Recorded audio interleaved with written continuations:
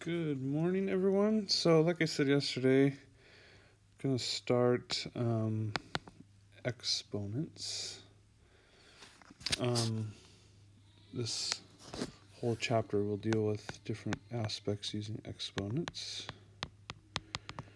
We'll spend a couple days on this section.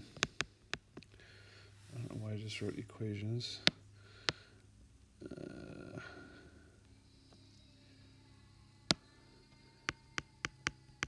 Exponents. So today we're just going to deal with simplifying, it says evaluate on a couple of them too, but to simplify, after we multiply or divide or do something, like we need to simplify our answer like we would in a fraction. So there's two main ideas. So we have 0 power. So I'll give you a couple examples in a second, but so here's like the big thing. Anything to the 0 power, the answer is 1.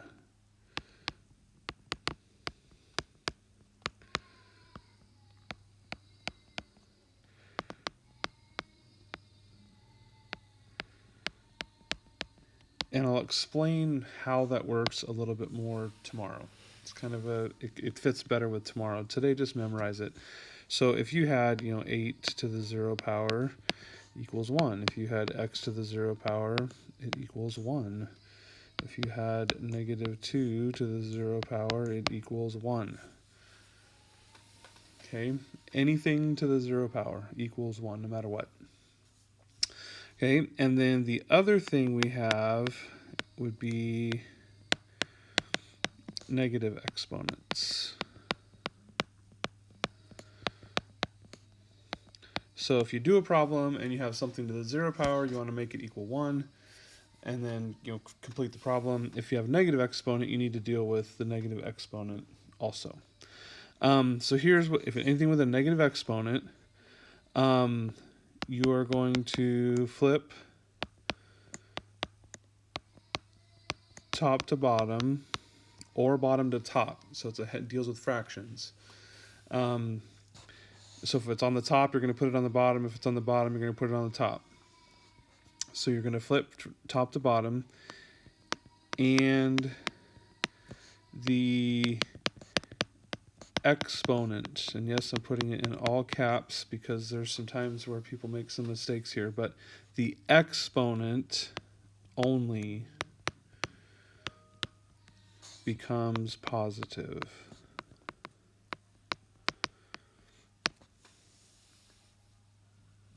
Okay, so if you have a negative number like -2 up here and there's a negative exponent, the -2, that's just a number, is fine.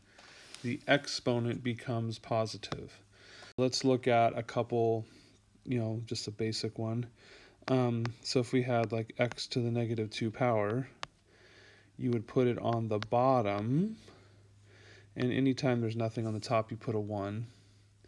But the exponent becomes positive, and that would be all you would do like for that one. Okay, if you had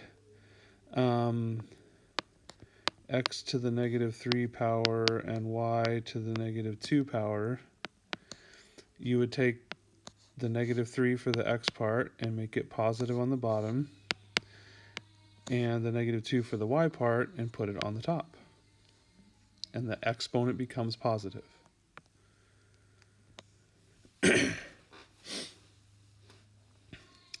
Okay, if you had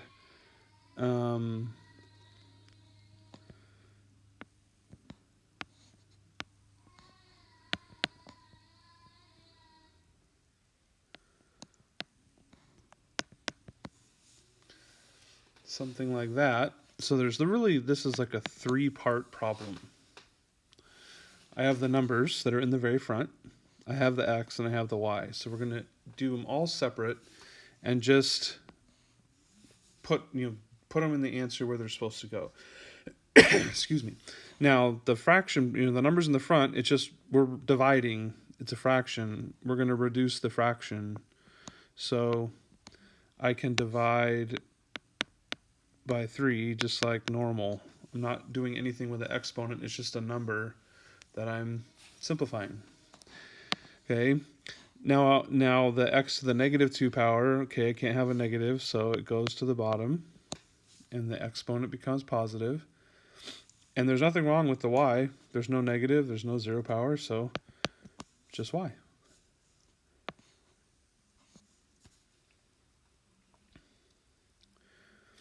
Okay, so if we had, let's say,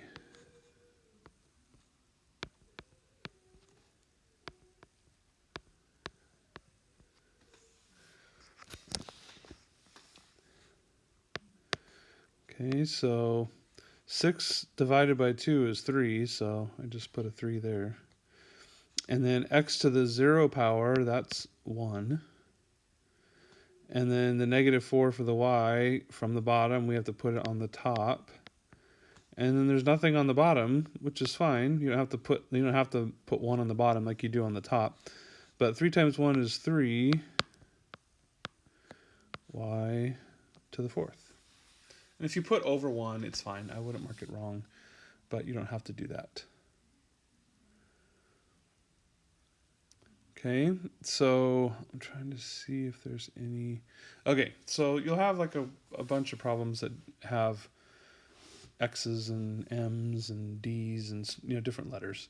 The number ones sometimes can trip people up. So let's go to the next one. From top to bottom like these, I need to write the stuff out like I did. Okay. We did one at the beginning where I said negative 2 to the 0 power equals 1.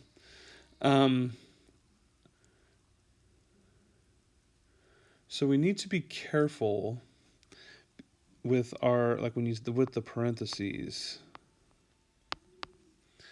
Okay, so it's different there. So this, when there's no parentheses, it's kind of, and there's this negative sign, it's kind of like saying negative 1 times 2 to the 0 power. They're separate. They're not grouped together like the first one. So the 0 power equals 1, but then negative 1 times 1 is negative 1. So if you have the parentheses, the whole thing, the negative goes with the number. Okay, it's kind of like saying, if I had negative 2 to the 3rd power, that means negative 2 times negative 2 times negative 2. Like the negative goes with it. It's not separate. Actually, let's do this because it's a better example. If I did to the 4th power, and then I multiplied that all out, I would get negative 2 times negative 2 is positive 4. And then I can do this, the other negative 2's at the end. Like I can kind of group them together if I wanted to. Negative 2 times negative 2 is another positive 4. And I would get 16. Okay, but if I had this, excuse me, what this means, there's no grouping. So that negative sign really just means negative 1, and then it's 2 to the 4th power, or 4 2's. So the 2 times 2 times 2 times 2 is 16, but I have this negative 1 in the front. So the only difference, and you might think it's a small difference, but it's a pretty big difference, is one's positive 16, one's negative 16. So if there's parentheses, the negative goes with it and just work it out. If there's no parentheses, your answer is going to be negative no matter what. Because of that, it's not grouped together. All right. Trying to see. So if we had Let's see.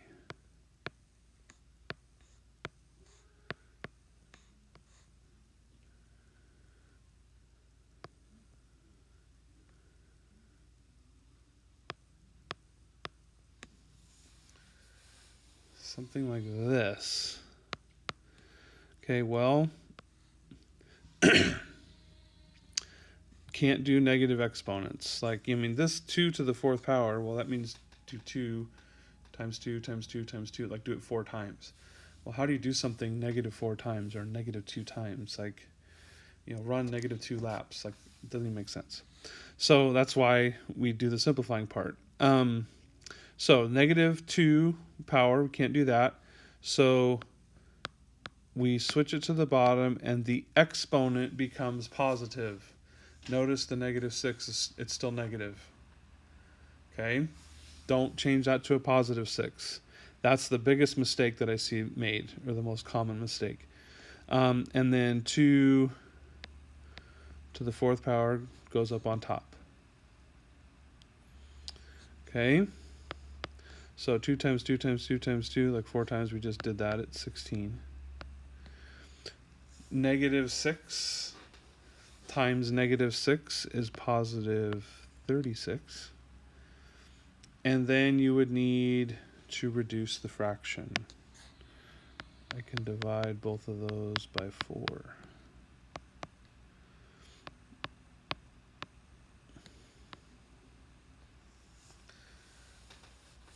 Okay, so you'll have 8 problems where it's all numbers, like this screen that we just did, where there won't be any X's or Y's or M's or A's or whatever. And then you'll have 10 problems where there will be X's and Y's, and they all go really pretty quickly. So yeah, there's 18 problems, but they go really quickly.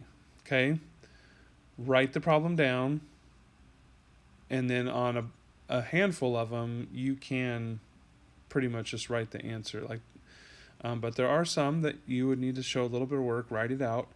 You don't have to necessarily write out like I did, down here. If write 2 times 2 times 2 times 2. Like, you don't need to necessarily write that out. I would maybe kind of like if you wrote negative 1 times 16.